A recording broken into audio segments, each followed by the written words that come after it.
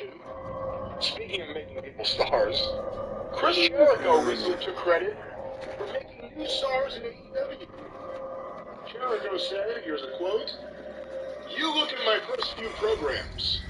Match 3 in AEW was Darby Allin. Jungle Boy was right around that time. Then Jon Moxley, who had to be revamped when he first entered from WWE. Is that a proper choice of words? Wow, you know, it didn't even hit me, but that is very what he said here. Then Jon Moxley had to be revamped when he first came from WWE.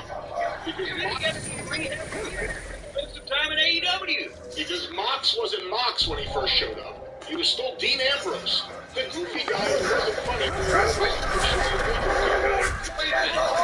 Do you remember Moxley trying to do anything funny? He's a goofy guy, I'll agree with that. But do you remember him trying to be funny? As Dean Ambrose in WWE, No, I mean in AEW. but he's a goofy guy and he's talking about yeah, but No, that's what I'm saying. I worked with that guy that's over now, and I really had to help him out. He loved his ass, Moxley, when he first got there. If anybody has, we'll go ahead and finish the statement, but if anybody has survived working with Jericho, it's certainly not been accrued to their benefit. that was really the end of the statement. Just trying to know what are your thoughts on Jericho He's taking an indie darling, but if anybody made him a star, it was being teamed with Sting, and it was the incredible match that he had with MJF. As those two things have been responsible for him being probably more popular now. One of the few there in that company that's more over now than they were when they started. And as far as Moxley, we just said, I don't know where he's getting that, because Moxley came out, for bad or good, he came out doing the I'm a badass that eats flesh and drinks blood thing from the shoulder roll and all that stuff from the start. And who else did? Oh, Jungle Boy. Boy, he really made a star out of Jungle Boy. Jungle Boy's still in a tag team with a schlub goof as his partner, and has bad trampoline matches with the Harley Boys clique, and has not broken out in any way on his own, despite several matches with guys who were trying to do that for him, because his booking has been inconsistent, mostly confined to the tag team. And we've come to find out now that he has literally any fucking personality. He sits around like he's fucking waiting for his goddamn clothes to dry and laundromat, and he shies away from doing promos. So, I don't know, if I would have bragged about those three names, maybe he did something for Pockets. He brought attention to Pockets. Not in a good way, but he brought attention to him. and everyone universally accepted it as being what it was, which was a complete waste of time, a waste of a year of this young guy's career. No, well, okay, I thought you were going to say a waste of time. No, it wasn't a waste of time for Jericho. He got all the possible rub and oomph he could off MJF being hot and everybody being interested in him, and made him his subservient little lackey and then the guy that he hooked up on. All right, well, that's Chris Jericho's comments on making new stars in AEW, another place where... You can't make new stars just in the ring also. They have to be booked that way. If you go in and have the greatest match since the Christians ate the Lions in ancient Rome, and the guy that you have it with next week ain't on television, nowhere to be found, and then he's getting bitten by the mascot 2 weeks later on YouTube, you didn't make a star anyway. But go ahead, Brian, with where you were going.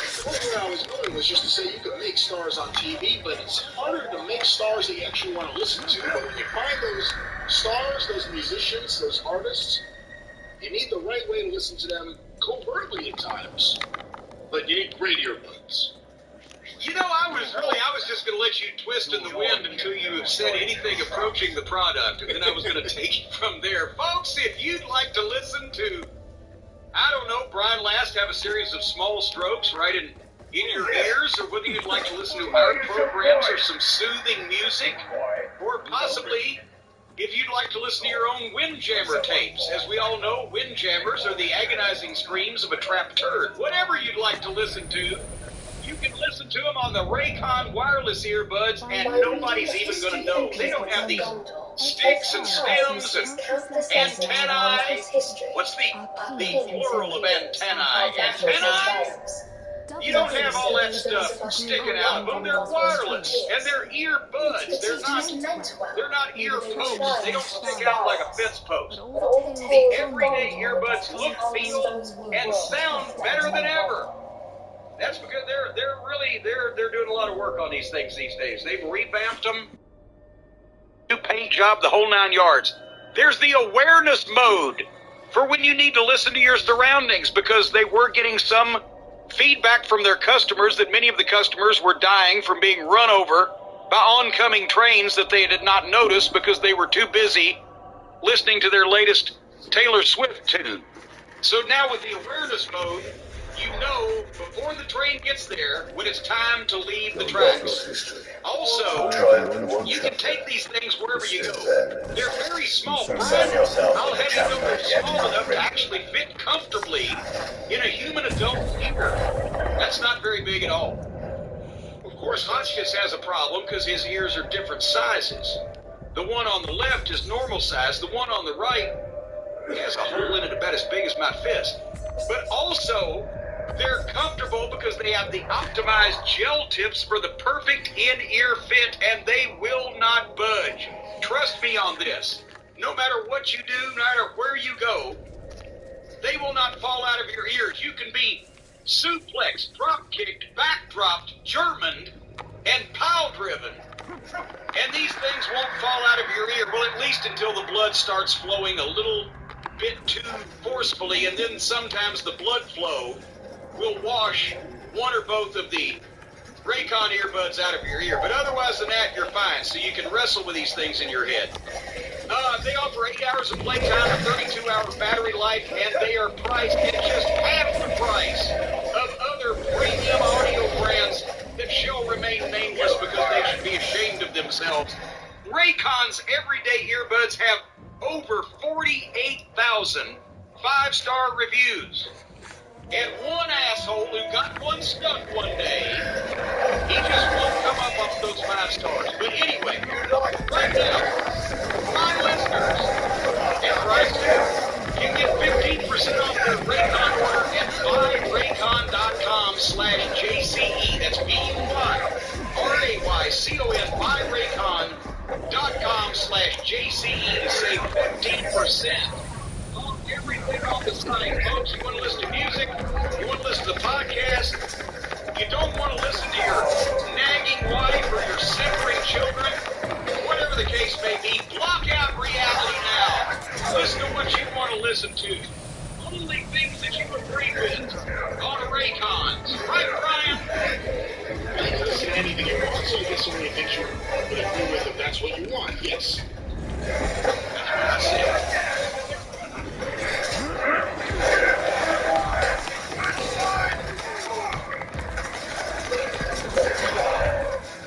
I got a guest review here. Because, a lot of times I review wrestling programs and wrestling events, and I put my particular spin on things, but possibly sometimes that's not what people think, right? So I decide I want the people to have their the culture predators to have their opportunity to have their opinions heard about some of these shows, and it was a show that some people foolishly asked me if I was going to watch and review, and of course this was not going to happen. But Jacob here, Jacob from, I guess he's from New York. He's from the New York area. He had to be somewhere around there. He doesn't say exactly where he's from. Probably doesn't want these people to track him down. But he went to the Garbage Championship Wrestling event they had in the city here a week or two ago with the bank-addicted drug robber and the CEO of Moxley Plumbing and 4 Briscoes slumming. And would you like to hear his review? Just some high points of the events of that night. I will just say, I obviously didn't watch Josh this is event, not God. but I don't know if I've seen a worse reviewed big, I say big events was on pay-per-view, a worse reviewed event like this in The Observer. I was shocked at how negative even Dave was on this show. So yeah, I'd actually be curious to hear this review. Well, you know, the Hartley boys weren't on it, so he can be a nattering nabob of negativity if his buddies aren't there, but it was the same flavor of stuff, probably not even as good as they do it. Just the same whiff of taint you get from their stylings. But Jacob writes, on Sunday night this past weekend, Garbage Championship Wrestling held their big show in the Hammerstein Ballroom. I know you won't review it. Please don't put yourself through more misery than you already do with all the WWE and AEW. I don't want to add to that. So I watched the pay-per-view and have some notes for you. So he was not there in person. He's not from New York. I want to malign poor Jacob by accusing him of being from somewhere like that he's not. But he did see the pay-per-view, and after all, that's where the big money's made, right? So here's his review. Lots of flippy stuff in early matches. The ladder debacle was a bad train wreck. Jeff Jarrett proved that he still has it, and everyone else has no idea what they're doing. I'd take Jarrett on his worst day over anyone else on this card, quite honestly. I was really looking forward to seeing Jonathan Gresham, but he was pulled due to a COVID-related issue. I'll cut to the meat of the matter. Well, they did it. I didn't think they could, but they made me lose interest in the Briscoes versus FTR feud. Garbage Championship Wrestling booked the Briscoe brothers to lose to the bank-addicted drug robber and a bald, fat deathmatch fuck in under 6 fucking minutes. Under 6 fucking minutes. Let's go over why this happened. They obviously ran short on time. They had Jelly Nutella and Matt Cardona go 20 minutes, not including at least 6 to 7 minutes on entrances. It may have been honestly because Jelly couldn't find the ring. Plunder and furniture and bullshit and more bullshit. Run in after run in after run in. Who ran in? A midget. A big dumpy fat guy. Virgil. No, seriously, Virgil came to the ring with a Vince McMahon mask and the No Chance in Hell music. Seriously.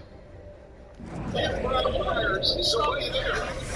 Because I read something in The Observer, maybe it was Sean Waltman coming out to the DX music. Did they use WWE music on the televised pay-per-view? Oh, well, that is a good point. He says the No Chance in Hell music. So, paging Mr. McDevitt, Mr. Jerry McDevitt. But anyway, that wasn't all the run-ins. Because then Brian Myers, a la the old guy, runs in a black trench coat and biker helmet and spears someone's spot and then takes off his helmet. Oh, and X-Pac ran in too. These run-ins were more of a copy of Impact Wrestling than a copy of WWE. The Garbage fans were excited when this was added to traditional pay-per-view, but they proved that they can't control their talent when it comes to timing out a show at all. Moxley versus Homicide went 11 minutes with a flat finish. That was the semi-main event. The Briscoes put out an open challenge to any team. Big pop for the Briscoes. FTR chance. Will FTR come out? Nope. First out is the fat, bald deathmatch guy who paid Onita to come to New Jersey and set his ass on fire. Then the bank-addicted drug robber. Big crazy brawl right off the bat. Maybe 1 or 2 false finishes. Gage pile drives a Briscoe through a door. Yes, a door. The wrestling company that sold out the Hammerstein Ballroom had doors used in their matches. They can't afford tables. Gage does his choke slam pin. 1, 2, 3, match over. Under 6 minutes, your new GCW Tag Team Champions, the drug-addicted, meth-mouthed bank robber and his fat, bald friend. How in the ever-loving French fried titty fuck could a promoter fuck up the Briscoes? FTR wrestled the Rock and Roll Express Saturday, and the Briscoes got beat by glorified backyard deathmatch homeless-looking bums in under 6 minutes.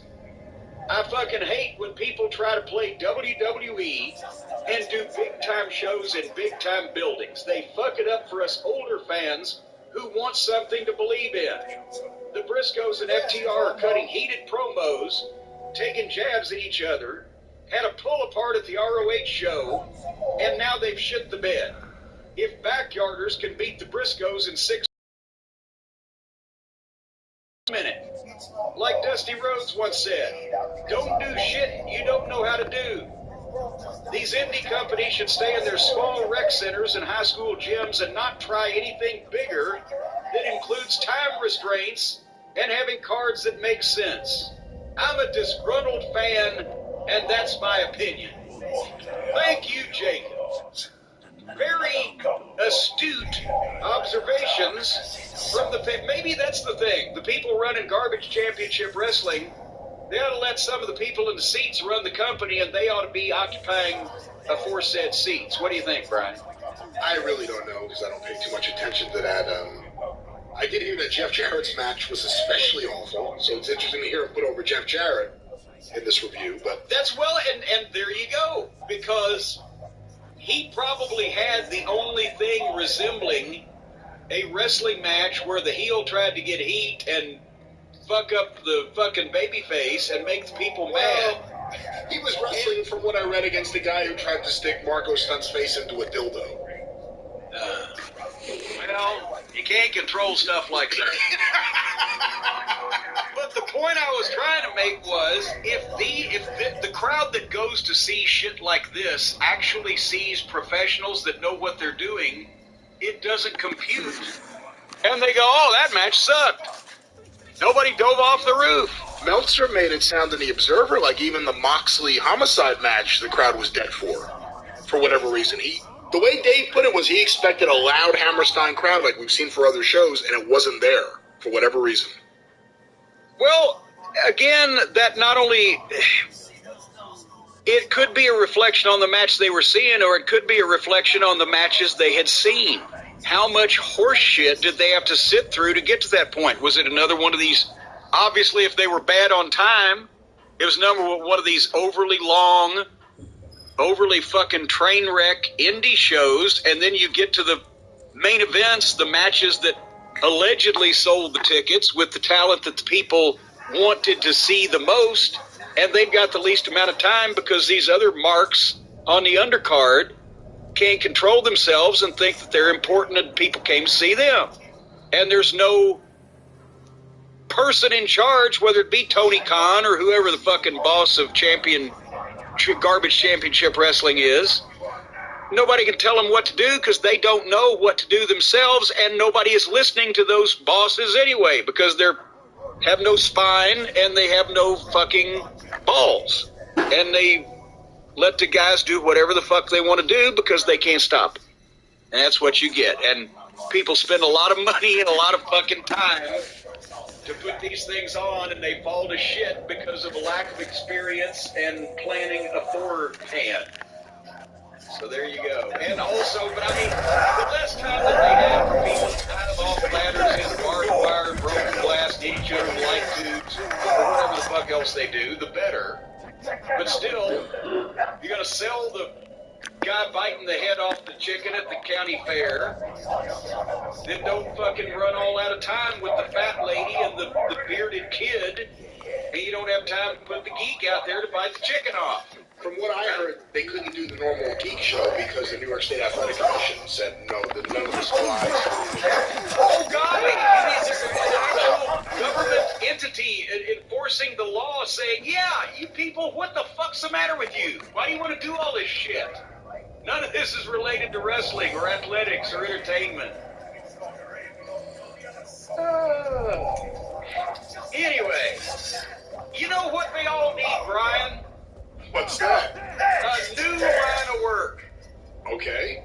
That's what every single one of them needs. Do you think so? The bank-addicted drug robber, he gets out of prison, instead of going back to what led him down that road to ruin, this nasty deathmatch type wrestling stuff, what if he said, you know what, I can learn instead to code. Now, a guy like Nick Gage, with that bright look on his face and that beautiful mouthful of pearly white teeth, he's got such a great smile, and you can just see when he smiles and the brightness in his eyes, the intelligence in his face, it lights up. if he was building websites and learning to code on his own terms, by the way, he could do it on his own terms. He could walk into the bank that he robbed, and he could sit down with his laptop, and he could open it up, and he could learn to code right there on his own. No, I think he's actually barred from that place. Well, folks, if you're not barred from any banks that you've robbed in the past, and you want to change your career, there's never been a better time to become a programmer. And with Code Academy, as we mentioned, you can learn to code on your own terms. As a matter of fact, you can decide what you pay these people. You can decide what you want to learn, what you don't want to learn. Sometimes you can tell the people at Code Academy to fuck off if they want to teach you something you're not interested in. Of course, then you'll wind up, once again, in the gutter somewhere in a sewer and robbing banks if you don't listen to your teachers. But nevertheless, Code Academy can help you reach your coding goals, whether you're starting from scratch, straight out of prison for robbing banks, or looking to advance from a dead-end job that you've already got. Your boss may not recognize your full potential, but Code Academy does, and that's why they want to recruit you into this army that they're building that's over 50 million people strong.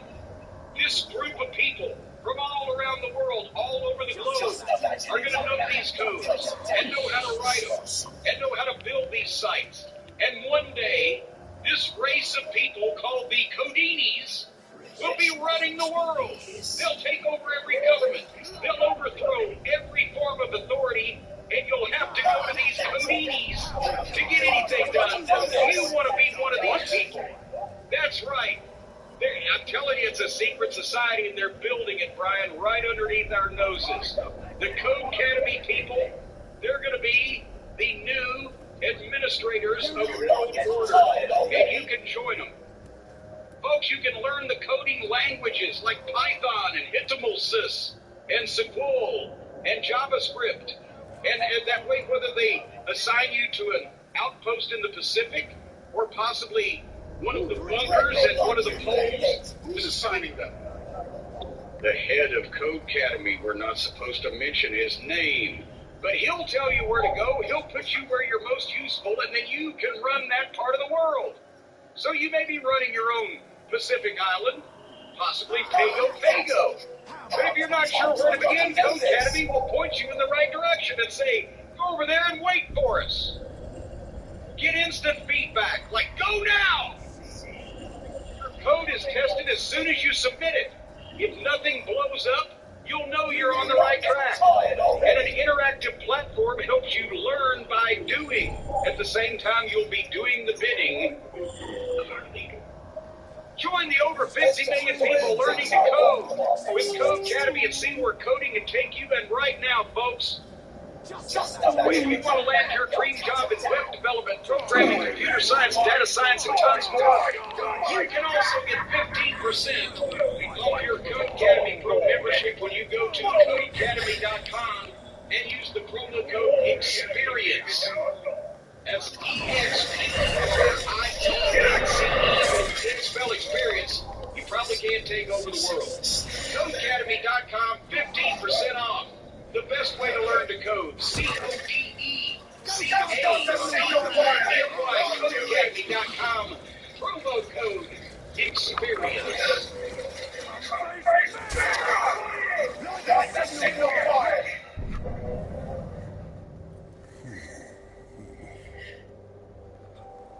To bottom, except for the vault, which is a retirement project.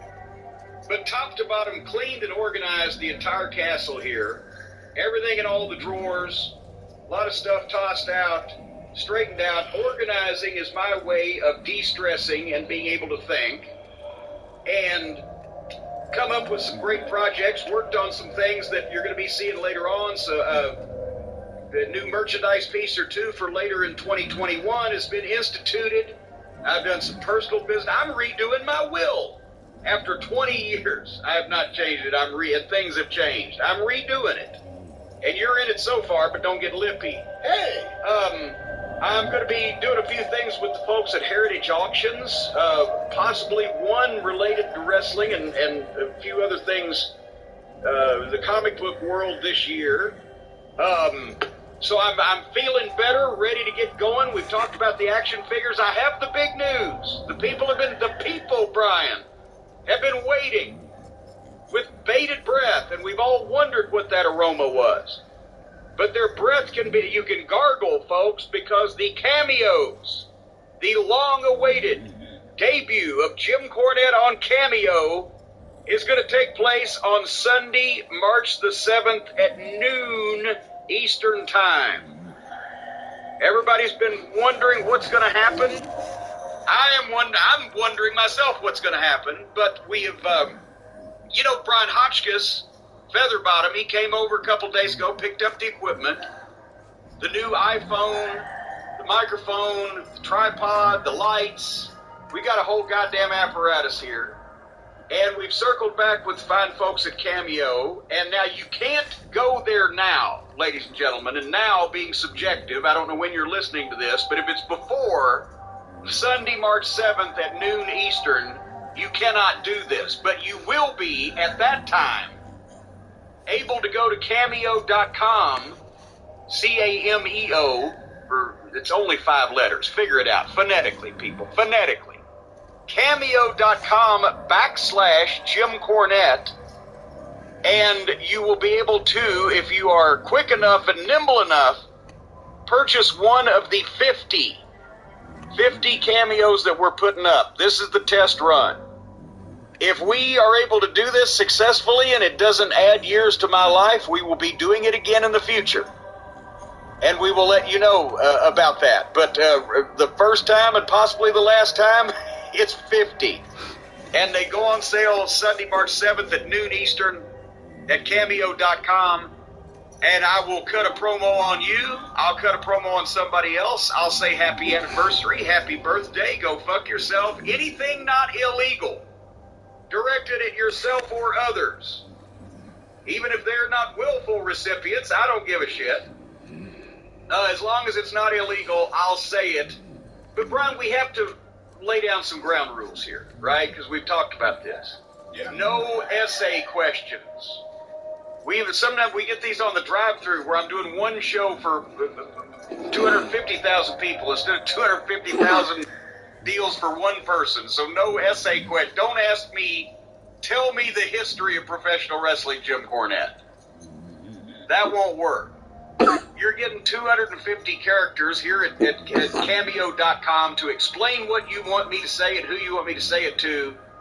I would suggest plan this out ahead of time so when you get on there at noon on Sunday, March 7th, you can type it right in instead of withering over it a bit and possibly losing out.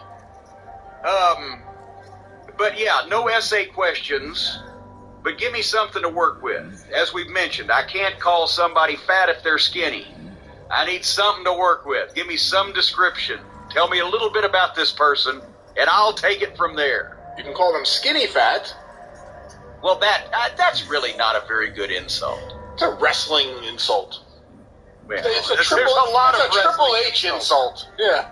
There's a lot of wrestling insults out there. Most of them are working actively these days, the wrestling insults. Anyway, nevertheless, that's what we're going to be doing. We'll update you more on the next program, but that's a week from this coming Sunday, so you got a little time. And they are going up at $149 after looking at the field. I know, Brian, last you said that's too cheap. Way too cheap. Well, I think it's a little bit much, but Cameo gets a cut, and Hotchkiss doesn't work for free, and he's the key man in all of this.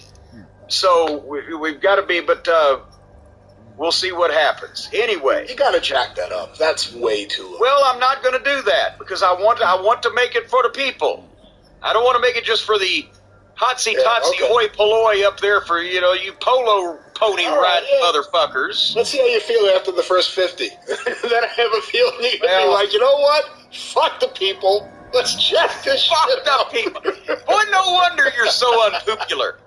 Fuck the people, and fuck Christmas while we're at it. You and melanoma. And of course, that will be the week before. March 7th, in case you haven't figured that out, is the week before. The Cornette's Collectible Store reopens at jimcornette.com on Sunday, March 14th with the restock of the original and Christmas variant action figures, Jim Cornette action figures from the Figures Toy Company, and we've said before this is going to be the last run of both of these. We're going in different styles and different directions in 22 and beyond, or 2022 and beyond. So for this year, these are the last runs of these, the only place you can get them autographed, and I've got up to 1,500 of each available. Will they last till Christmas? I don't know, because the last 400 lasted about 2 hours. But that will be Sunday, March 14th. The store and all its various wonders will be reopened, and then I'll be a fucking nervous wreck again for another year and a half. But it's been nice being able to slow down and decompress a bit. And also, for those of you asking, and thank you, Stacy's appointment with her new back doctor that's taken the place of her old back doctor that left the practice under cover of darkness between Christmas and New Year's is next week, because that's the first time that she could get in to see anybody else, and then they're probably going to tell her again that she needs to have her back operated on like they did fucking 3 months ago. And then, so I'll be updating you folks on that, but we're still stuck where we were last time. What about you? How's your back? The back's all right. Well, fuck your back. All right. I'll figure something out. I've got an email here. We talked about the mess they had with the weather in Texas, because they got their own power grid down there, and it's deregulated. There's no federal regulation of the electric utility in Texas. It's all up to the state on purpose. They did this on purpose so that the energy companies down there that own the state could make more money. And we also mentioned that since there is no federal regulation of Texas's electric grid, they didn't winterize it because they didn't think they had to, because how often does shit like that happen? And a bunch of that shit happened all at the same time, and 4 million people without power, and then all the fucking pipes broke, and then everybody was sleeping in the streets and picking up garbage, and Ted Cruz flew to Cancun and got caught and came back. And all that good stuff. Well, we have an update from someone, from a Texan. That is actually the subject, from a Texan. Will in Dallas. Dear Jim, I just wanted to say thank you sincerely for bringing attention to your Twitter followers and the cult of Fournette the plight of the Texans due to the Republican leader's failures in maintaining the electrical grid for winter temperatures. It turns out that denying climate change and wanting to deregulate everything can be a bad thing. Being in Dallas, my residents had lost power for more than 48 hours in literal sub-zero temperatures. It boiled my blood to learn that our governor put the blame on the agency in control of the power grid that he himself has authority of, and our Senator Cruz decided it was the perfect time to go on vacation around the time I was using bottles of water to wash myself due to not having power or running water.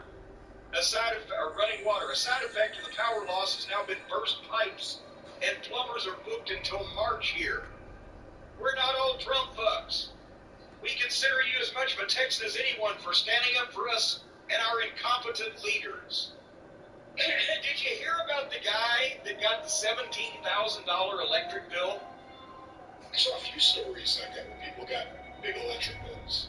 Well, I mean, he couldn't be the only one, but he was the one on the news that I saw. But there were multiple giant bills. Apparently, what they conned these people into doing was signing up for, and Brian, as soon as you hear this phrase, you're going to want to hop on this, being the business-savvy tech genius that you are, wholesale electricity. I didn't know about that. Yes, there's a deal where basically you would sign up with, they've got hundreds of independent, privately owned power companies of some kind that sell the power that they make that chased the cat that ate the rat that lived in the house that Texas built, right? They sell wholesale electricity. Hello again, everybody, and welcome to a special edition of the Jim Cornette Experience here, where we don't have a fucking clue what we're going to talk about until we get to it. It's potpourri today. Everything from pro wrestling to oil. Hello again, everybody, and welcome to another exciting summertime episode of the Jim Cornette Experience. Today, we're a week away from the 4th of July, and a bunch more folks have been granted their independence from the WWE. Plus, we'll talk about how many dependents distance, Roman Reigns has, and Rudy Giuliani currently soiling his Depends. All that and more today. To join me, Hawaiian Brian, the podcasting lion, the king of the Arcadian Vanguard Podcast Network, Mr. Co-hosting you. He's the independent podcaster we all depend on, the great Brian Lax. Aloha, Jim. A pleasure to be here bright and early with you again. Another Saturday, and I have to say I have not had this little, boy, that sentence went off the rails very, very early. I have not had such little stress going into a show knowing I have to watch something or review something or prepare something. Today, I feel free and easy. I didn't have to watch AEW. I'm just ready to let it roll. You're free and easy today. You're a podcaster with loose morals. You're just free and easy. Footloose and fancy free. Footloose. Well, who was that? Kawada and Buyuki? Yes, that's right. Very good. Hey, there you go. Remember the Footloose versus the Can-Am? That was one of the 35 years later, I still remember. mentions. Yeah, I can't remember anybody's name on the show I watched last week. Hey, Yes, hey! we're free and easy, and we're going just, who knows where today. I'm easy. I know what you think of Doug Furness, and I know eventually they were in the WWF, but during those peak years, let's say, 89 through 93, what did you think of Crawford and Furness? Now, for the more modern WWF fan, Crawford was known as Phil LaFon on WWF TV. And what was that? 97, 96. Okay. I loved their team. I thought they were great.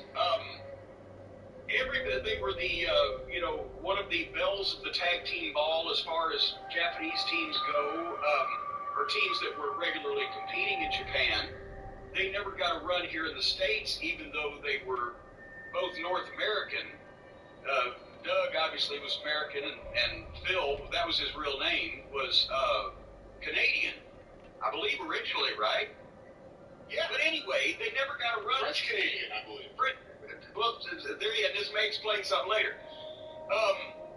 But they never got a run in the United States except for that god-awful presidential shutdown in the WWF. And part of it was fish out of water, and part of it was, unfortunately, by that time, Crawford, LaFon, had a number of injuries, and that had slowed him down a little bit. And also the personality factor with Phil was not one of the French Canadians that's over the top, and that he was one of the dry Canadians, even though he may have been French Canadian. Where he on the chart, I guess Jacques Rougeau is 10. Jacques Rougeau is a 10.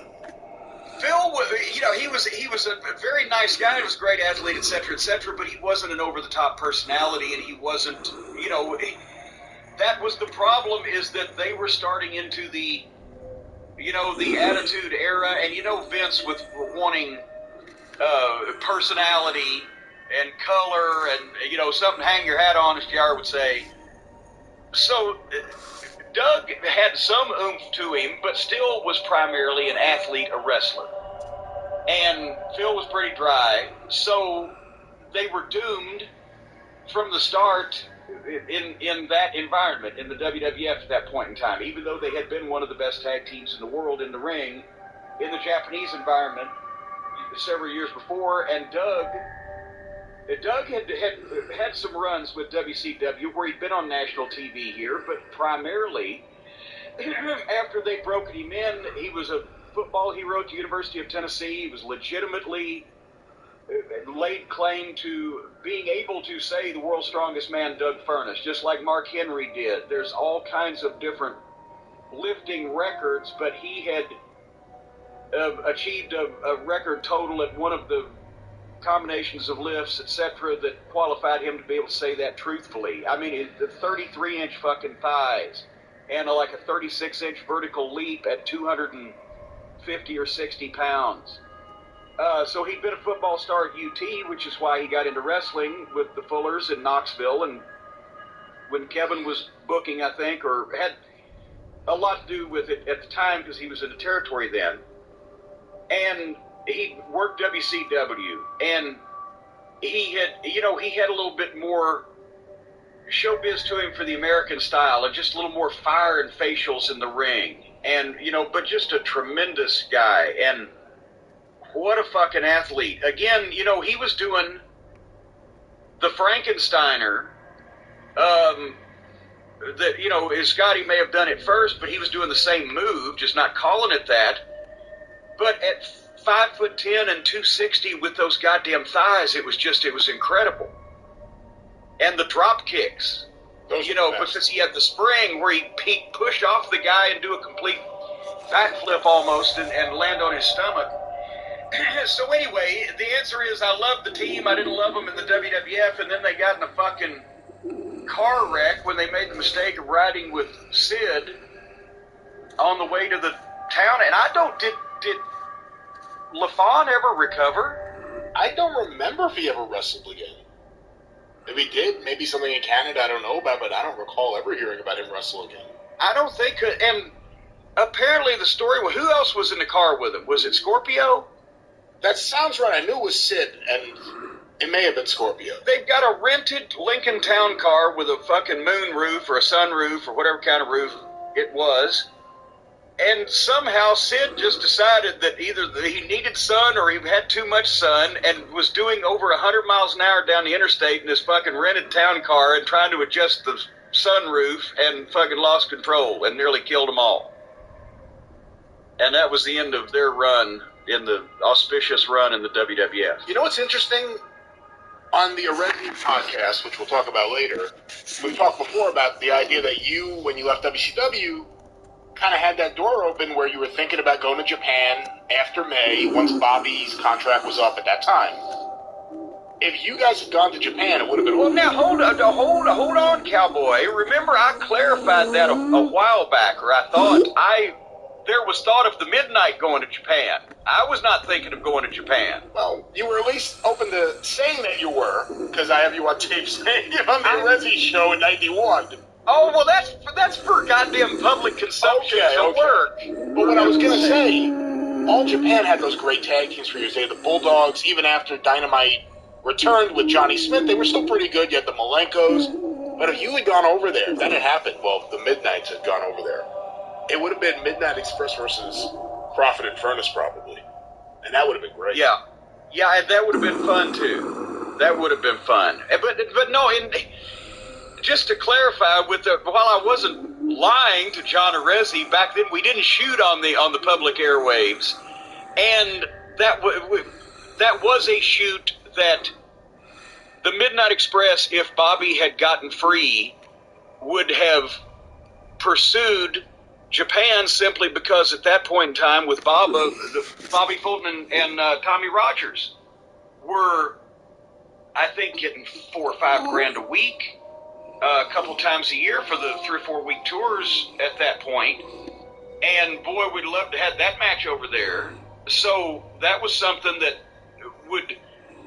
I knew I was setting up Smoky Mountain Wrestling, but I wasn't going to say that on fucking live public radio. We were on NPR at the time. But I could tell the truth. Yes, the Midnight Express will be thinking about going to Japan or whatever the case and blah, blah, blah. Does that answer your question? I wasn't going to go because they didn't do promos, and I don't know what Doug had some oomph to him, but still was primarily an athlete, a wrestler, and Phil was pretty dry, so they were doomed from the start in that environment in the WWF at that point in time, even though they had been one of the best tag teams in the world in the ring.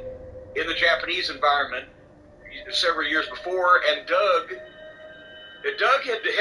had some runs with WCW where he'd been on national TV here, but primarily after they broke him in, he was a football hero at the University of Tennessee. He was legitimately laid claim to being able to say the world's strongest man, Doug Furnace, just like Mark Henry did. There's all kinds of different lifting records, but he had achieved a record total at one of the combinations of lifts, etc., that qualified him to be able to say that truthfully. I mean, the 33-inch fucking thighs and like a 36-inch vertical leap at 250 or 60 pounds. So he'd been a football star at UT, which is why he got into wrestling with the Fullers in Knoxville. And when Kevin was booking, I think, or had a lot to do with it at the time because he was in the territory then. And he worked WCW, and he had, he had a little bit more showbiz to him for the American style, and just a little more fire and facials in the ring, and but just a tremendous guy, and what a fucking athlete. Again, he was doing the Frankensteiner.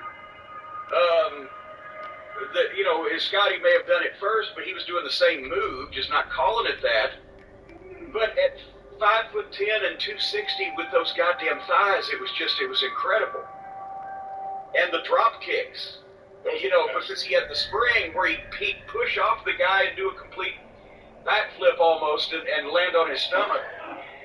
So anyway, the answer is I loved the team. I didn't love them in the WWF, and then they got in a fucking car wreck when they made the mistake of riding with Sid on the way to the town. And did LaFawn ever recover?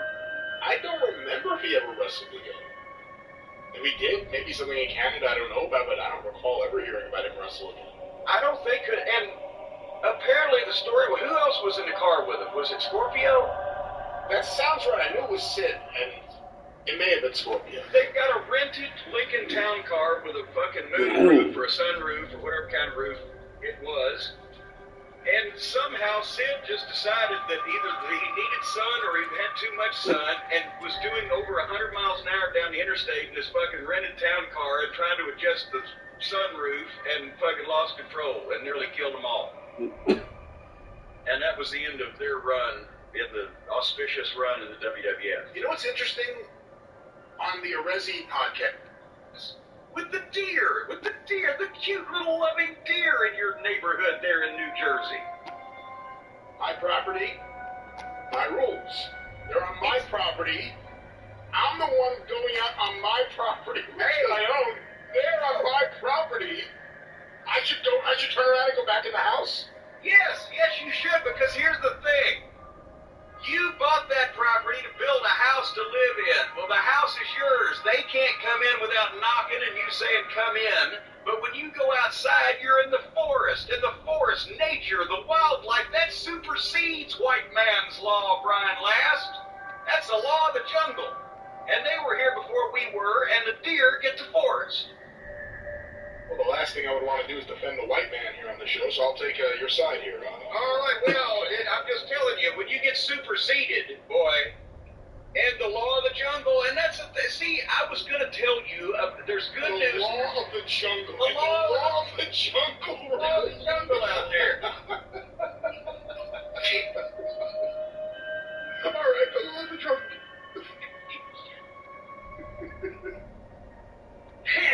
Let me continue. What I was going to say is it's been a bittersweet week because I've given you the story of the baby bird. How I was in on this since the start. I saw the bird building the nest, bringing in the little sticks and the twigs and that big long strip of the Monroe Brothers wrapping cloth that's still hanging out there.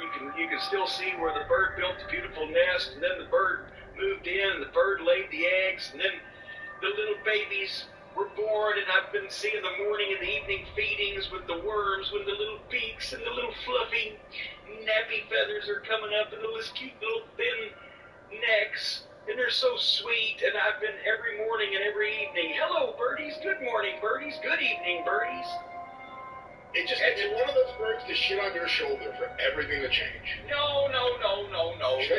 They're fine birds, and they're not shitting on because I'm in my house and they're out in the jungle. We're each in our respective areas. The jungle. Is that what you call the subdivision? Well, it's the wildlife. No, I am not in the subdivision. Or around me, but I'm not in the subdivision. But anyway, so a couple of days ago, I get up first thing in the morning. I go to the bathroom window because I can see them closest there. And I look out and I go, good morning, birdies. And nobody's home. The birds have flown the nest. I've got an empty nest, Brian. And I thought, well, maybe I just couldn't see them. Maybe they're asleep, but Mama Bird will be back. But I looked again all day and in the evening and then the next day, and there's no activity. They've moved out. I had an emotional connection here. I've had a relationship with these birds. I was there since they built the house. They moved in next door to me. They had kids. We saw each other every morning and every evening, and now it hurt me. It left a hole in my heart. That I couldn't go to the window and say good morning to the birdies anymore. Anyway, I'm sorry. But on the positive side, why are you laughing? Behind every dark cloud, there is a silver lining, and today is the greatest day in the history of my life. Oh, no, I'm not doing Jimmy Hart's. There is positive news to outweigh the heartache, because I've had heartaches by the numbers. But now, I've told you about the baby deer. We saw the baby deer the day they were born. One in the neighbor's yard and one over next to my house. And we've seen them starting to grow up, and we've talked about how they've been hanging out down under the redbud tree, right?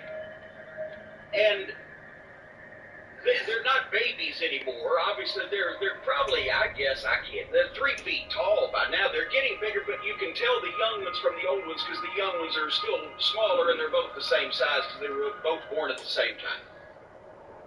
And they've been just hanging around in the backyard and just, like I said, under the redbud tree or over the shady end of the house. They don't even put the Monroe brothers over anymore. The Monroes can sit there where they'll be breaking rocks and stacking stuff, and they just sit right there. Guess what I saw 2 mornings ago that shocked me to my core, Brian Last? We do not have 2 baby deer in the family in the neighborhood here. We have 4 baby deer. 4 of them, all the same size, all born approximately the same time as the 2 babies that I've been seeing, along with the 2 mothers, because I saw 5 of them at one time, all together down by the... You going to bed?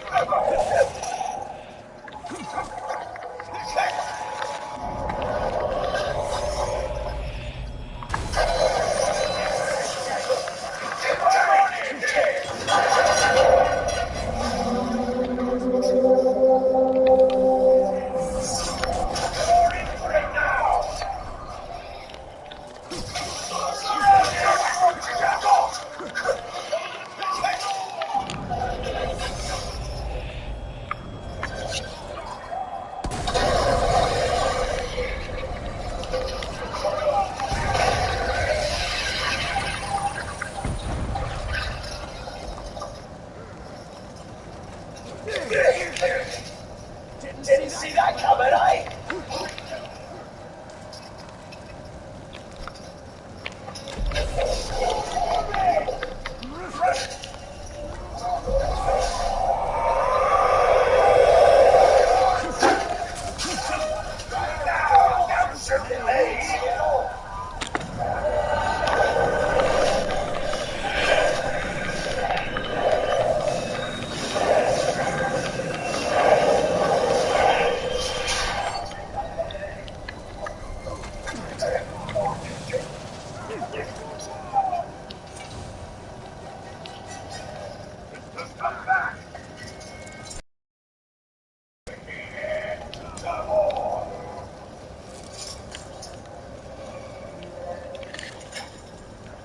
Why don't I shoot my arrows at the clouds?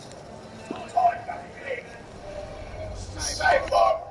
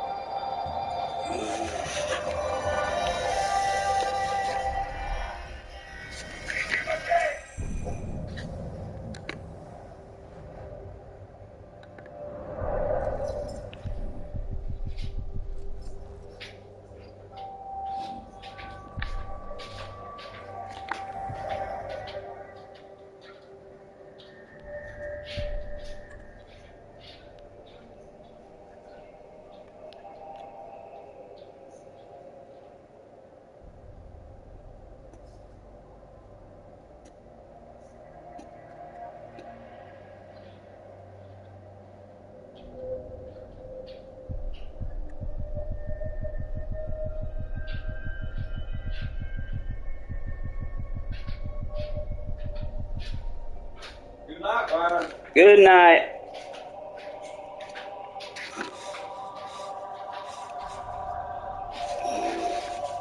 I can't believe that water's dripping.